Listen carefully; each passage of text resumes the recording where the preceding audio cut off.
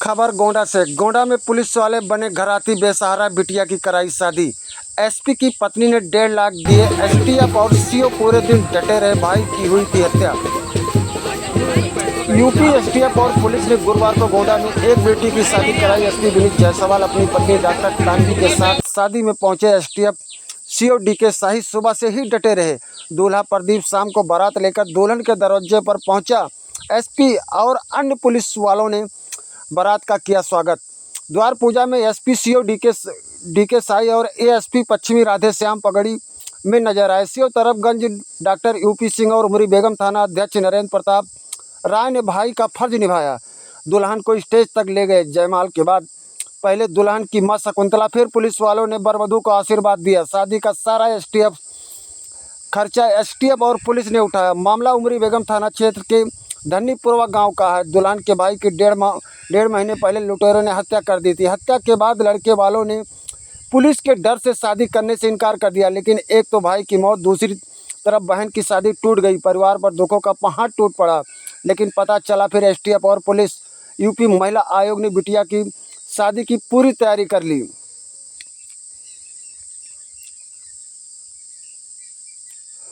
SP और उनकी पत्नी ने दुल्हन को दिए गिफ्ट। एसपी विनीत जायसवाल और उनकी पत्नी तानवी ने दुल्हन को कई गिफ्ट दिए। 1,51,000 रुपये नगद, सोने चांदी के जेवर और घरेलू सामान देकर मदद की। जहां चारों तरफ उनकी प्रशंसा हो रही है। मानवता की दिखी एक मिसाल। गुलदस्ता देकर शादी की बधाई दी। राज्य महिला आयोग सदस्य रिशु शाही ने दुल्हन को मेकअप समेत गृहस्थी का सामान दिया। वहीं तरफगंज विधायक प्रेमनारायण पांडे ने 60,000 रुपये का सहयोग किया। पुलिस ने सजाया पंडाल। अधिकारियों ने खुद ही शिव कुमारी की शादी के लिए पंडाल सजवाया। पुलिस जवानों ने मिलकर पंडाल में झालरें लगवाई और बारातियों के खाने की तैयारी के लिए रसोइयों के साथ जुटे रहे। सुरक्षा के कड़े इंतजाम किए गए। दुल्हन के भाई की कुछ दिन पहले हुई थी हत्या। हत्या के बाद लड़की की शादी टूट गई थी।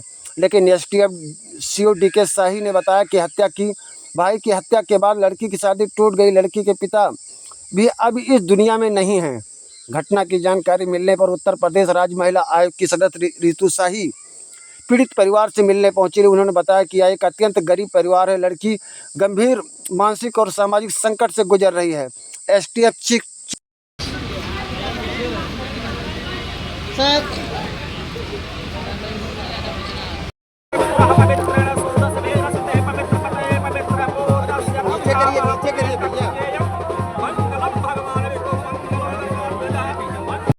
थाना उमरी बेगमगंज के डिक्सिर में हम लोग खड़े हैं और आज से करीब 1.5 माह पूर्व इस गांव में एक घर में एक दुर्भाग्यपूर्ण घटना घटित हो गई थी, जहां रात को चोरी के दौरान एक घर के नवयुवक को गोली मार दी गई थी, जिसकी दुर्भाग्यपूर्ण तरीके से मृत्यु हो गई थी।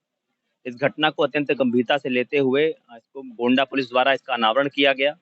इस पूरे मामले में जो 6 आरोपी थे उसमें से 4 जेल में हैं। बाकी जो 2 इसमें दुर्दांत अपराधी थे उनको गोंडा पुलिस एवं एसटीएफ द्वारा बारी बारी पुलिस एनकाउंटर में वो ढेर हुए।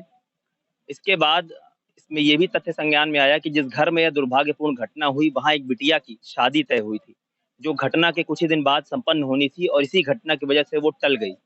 आर्थिक स्थिति भी इस परिवार की उतनी अच्छी नहीं थी। इसकी जानकारी होने पर गोंडा पुलिस द्वारा प्रयास किया गया कि कुछ आपस में पुलिस के द्वारा ही कुछ आर्थिक सहयोग किया जाए।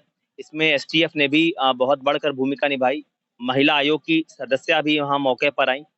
तो इसमें गोंडा पुलिस द्वारा, एसटीएफ द्वारा, महिला आयोग द्वारा सामूहिक प्रयास से कुछ आर्थिक सहयोग तथा जो शादी का सामान होता है और कुछ घरेलू सामान उपहार स्वरूप, एक भेंट स्वरूप इस बिटिया को दिया गया और इनकी शादी का जिम्मा उठाया गया।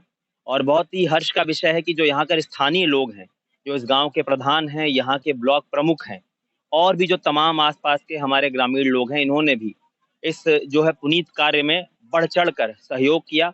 और आज 5 जून को इस गांव में ये शादी समारोह संपन्न हो रहा है और शादी के जो भी कार्यक्रम है वो आगे चल रहे हैं।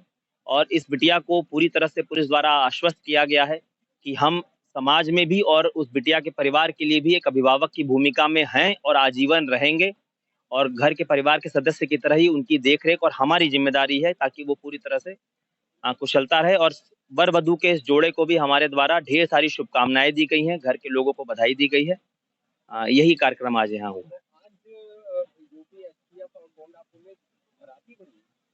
एक तरह से आप मान सकते हैं, क्योंकि हम लड़की के अभिभावक के रूप में हम यहाँ पर मौजूद हैं। बारात का स्वागत भी हमारे द्वारा किया गया है और जैसा कि मैंने कहा कि ये सामाजिक रूप से भी हमारा दायित्व है कि हम इस तरह के परिवारों का एक मजबूत स्तंभ साथ में बनकर खड़े रहें।